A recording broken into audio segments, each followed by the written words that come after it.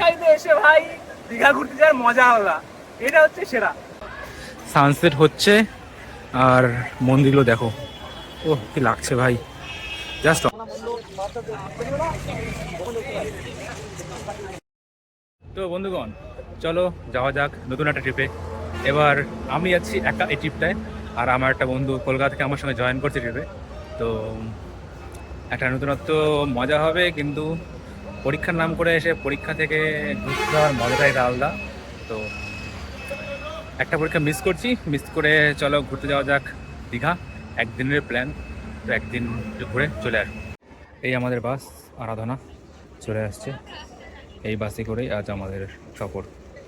তো বন্ধুগণ আমরা চলছি আমাদের দীঘা ট্রিপে। তো আমাদের বাস মাঝ রাস্তায় একটু দাঁড়িয়েছে শঙ্কর মিষ্টান্ন প্রতিষ্ঠান, যেখানকার এটা হচ্ছে কৃষ্ণনগরে, যেখানকার সরপুরিয়া আর হচ্ছে সর ভাজা, যেটা হচ্ছে এখানে কি ফেমাস। তো আমি যাই হোক একটু কিছুটা নিলাম বাড়ির জন্য, আর চলো যাওয়া যাচ্ছে। তো সকাল 7:30 বাজে, সকাল সকাল নেমে পড়েছি বাস থেকে। আমি আছি এখন নিউ দীঘায়। তো এবার যাচ্ছি আমরা রুম খুঁজতে। বাবিন আসছে এখনও ট্রেনে, এখনো নামিনি, তো আমি একাই নেমে গেছি। চলো রুম খুঁজতে যাওয়া যাক। বেশ ভালোই একটা ভিড় দেখা যাচ্ছে, ভাবিনি এরকম গরমের টাইমে এত ভিড় পাবো। যাই হোক আজকে একটা ভালো ব্যাপার যে ওয়েদারটা খুবই ভালো, হালকা হালকা বৃষ্টি হচ্ছে, তো মজাদার ওয়েদার। তো চলো যাওয়া যাক রুম খুঁজতে। তো বন্ধুগণ আমরা হোটেলে রুম নিয়ে চলে আসলাম একটু সমুদ্রের উপভোগ করতে। যাই হোক দেখতেই পাচ্ছ কি ভিড় ভাই, মনে হচ্ছে না যে দীঘাতে আসি, মনে হচ্ছে মহাকুম্ভে আসি, এত দারুণ ভিড়।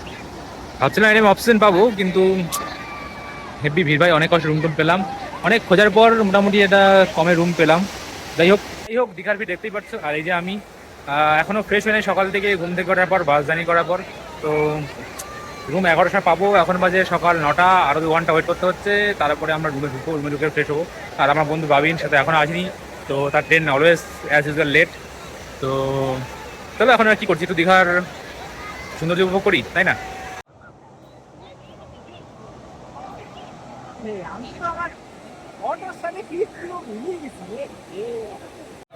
তো বন্ধুগণ ফাইনালি আমরা বিকালবেলায় দীঘা এক্সপ্লোর করতে বেরিয়ে গেছি। এই অ্যাট লাস্ট কাকা আসছে আমাদের সাথে, অনেকক্ষণ অপেক্ষা করছিলাম ওর জন্য। কাকা বলো, কলকাতায় গরম থেকে এখানে এসে কেমন লাগতেছে? কলকাতার গরম থেকে আমরা এখন সমুদ্রের জলে স্নান তো হয়ে গেছে আমাদের, আমাদের স্নান 1 রাউন্ড হয়ে গেছে, এখন আমরা সুইমিং পুলে যাব। সুইমিং পুল ভাই, যা নোংরা জল ভাই। যাই হোক আমরা অতটা গরম পাচ্ছি না এখানে, এটা একটা বড় ব্যাপার, একটা মজা হচ্ছে। তো এখন আমরা একটু বিকেলে ঘুরতে বেরোয়েছি, তো এখন আমাদের টার্গেট হচ্ছে যে জগন্নাথ দেবের যে মন্দির সেটা যাওয়া। এরপর বিকালবেলা তো আমাদের সানসেটের পরিবেশ তো আছেই, সাথে মার্কেট আমরা এক্সপ্লোর করবো। তো দেখা যাক আর কি ঘোরা যায়। দীঘা ভাই ছোটোবেলাকার জায়গা, ছোটোবেলায় আসছিলাম ল্যাংটা বয়সে, আবার আসছি বড় হয়েছে। তো চলো যাওয়া যাক। তো ফাইনালি আমরা দীঘার বিচে হাঁটছি এখন, আর বেশ সুন্দর সানসেট হচ্ছে এই সাইডে।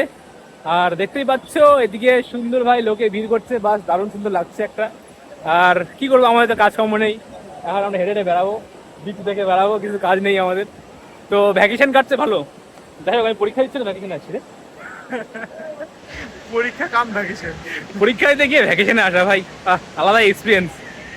যাই হোক বহরমপুর থেকে মাঝরাতে বাস ধরলাম, সাডেন প্ল্যান করলাম আর চলে আসলাম দীঘা। আজকে খুব বড় হওয়ার কথা ছিল, বর্তমানে বিভিন্ন জায়গায় টেম্পারেচার থাকছে প্রায় 40-এর কাছাকাছি, কিন্তু কোইন্সিডেন্টলি আজকে আমরা দীঘাতে দারুণ ওয়েদার পেয়েছি। তো দেখতেই পাচ্ছি দারুণ সুন্দর, সবাই বিচে স্নান করছে এখন, বেশ দারুণ একটা মজা লাগছে। আর এদিকে হচ্ছে সানসেট, তো বেশ সুন্দর একটা পরিবেশ পাচ্ছি ভাই। সত্যি বলতে গেলে পরীক্ষা দিতে এসে ভাই দীঘা ঘুরতে যাওয়ার মজা আলাদা, এটা হচ্ছে সেরা। যদি আমার কালকে পরীক্ষা আছে সেটা আমি দিচ্ছি না, কিন্তু ঘোরাটাকে দরকার, কারণ ঘুরলে মাইন্ড ফ্রেশ থাকে, পরীক্ষাটা দেওয়া যাবে।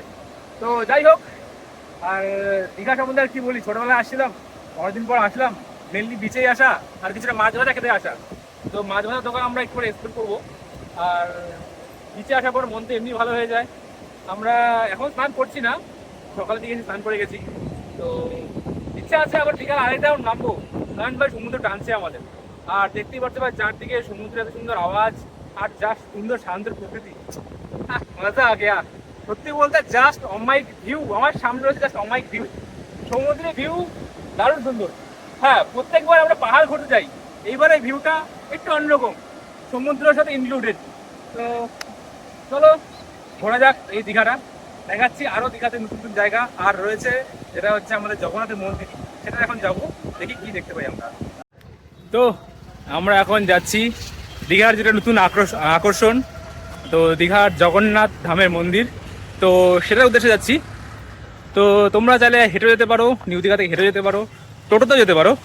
টোটোর ভাড়া বেশি না, 100 টাকা, 1 কিলোমিটারের জন্য 100 টাকা, একদমই কম ভাড়া। তো ভুলেও তোমরা টোটো নিও না, হেঁটে যাওয়া প্রেফার করো, যেমন আমরা যাচ্ছি। তো যাই হোক, এখন বাজে 6টা, দেখি কতটা কি দর্শন করা যায় বা কতটা কি ঘোরা যায়। তো আমরা ইতিমধ্যেই জগন্নাথ ধাম মন্দিরে প্রবেশ করে গেছি। তো দেখতেই পাচ্ছো বেশ সুন্দর ভিড় এখানে, আর প্রত্যেকটা মন্দির দারুণ সুন্দর লাগছে, সানসেট হচ্ছে আর মন্দিরগুলো দেখো, ও কি লাগছে ভাই, জাস্ট অমায়িক সুন্দর। চারদিকে প্রচুর লোকের সমাগম, আর তার মাঝে আমরাও আছি। এবার মন্দিরটা ঘুরে দেখার পালা। আর এই হলো মন্দিরের প্রবেশ পথ আর হচ্ছে বাহির পথ।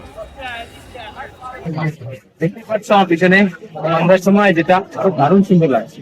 তো চারপাশে ভিড়টা বেশ ভালো জমজমাট হয়ে গেছে, এখন বাজে সন্ধ্যা 6টা থেকে 6:30, আর চারদিকে লোকের ভিড়টা দেখো একবার, দারুণ ভিড় এখানে।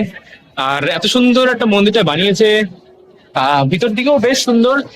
আমরা বাইরে কিছুটা ক্লিপ নিয়ে দেখাচ্ছি, ভেতরে কিন্তু ছবি দিচ্ছে না।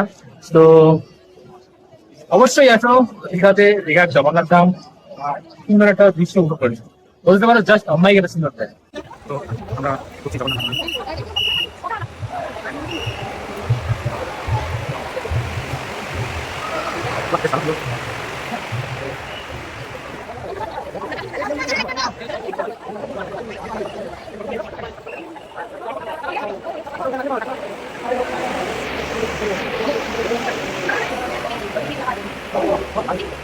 তো বন্ধুগণ, আমরা দীঘার যে জগন্নাথ ধামের মন্দিরে কেন চলে আসছি। তো দুটো এখন মন্দির আছে, যাই হোক এটা পার করে আসতে লাগছে আমাদের। এটা হচ্ছে মেন মন্দির, এখানে আমরা ঢুকবো। এটা হচ্ছে মেন জগন্নাথ ধামের যে আকর্ষণ। তো বেশ সুন্দর একটা মন্দির বানিয়েছে, বেশ ভালো লাগছে, একসঙ্গে একটা হাওয়া বলছে, বেশ দারুণ ব্যাপার।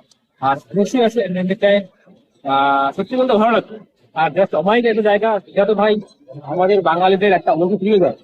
তো দীঘা আসলে একসঙ্গে জগন্নাথ ধামে দর্শন নিচ্ছ, এর থেকে ভালো আর কি হতো। তো অবশ্যই আসো দীঘা প্লাস দীঘা জগন্নাথ ধামে।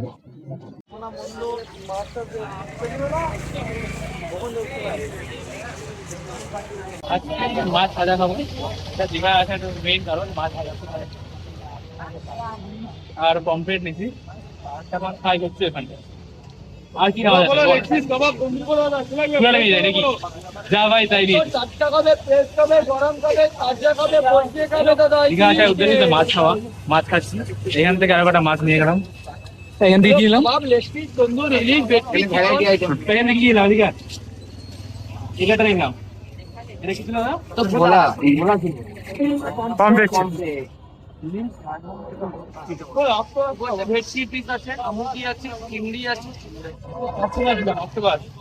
অক্টোপাস আছে, কাঁকড়া আছে, মেথি আছে।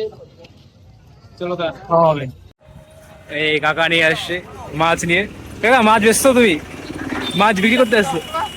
অক্টোপাস না এখানে, কাঁকড়া নিবো, কাঁকড়া বলো কোনটা কি মাছ, দাম কত বলো?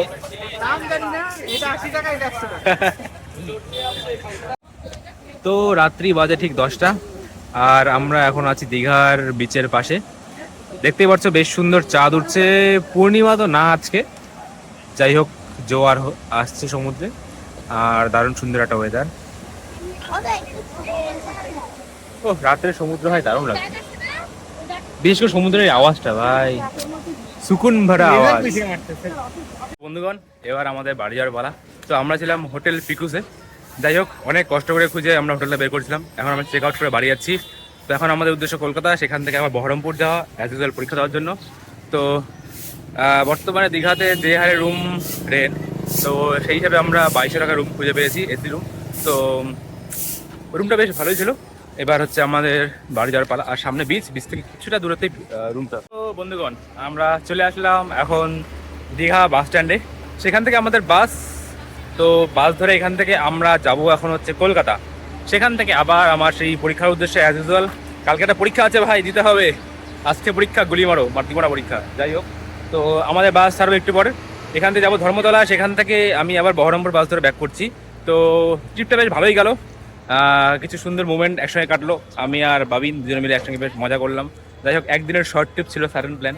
তো চলো দেখা হচ্ছে এর পরের ট্রিপে, আর একটা নতুন কোনো অ্যাডভেঞ্চারে, হঠাৎ করে সাডেন প্ল্যানে। ততক্ষণের জন্য টাটা, বাই বাই।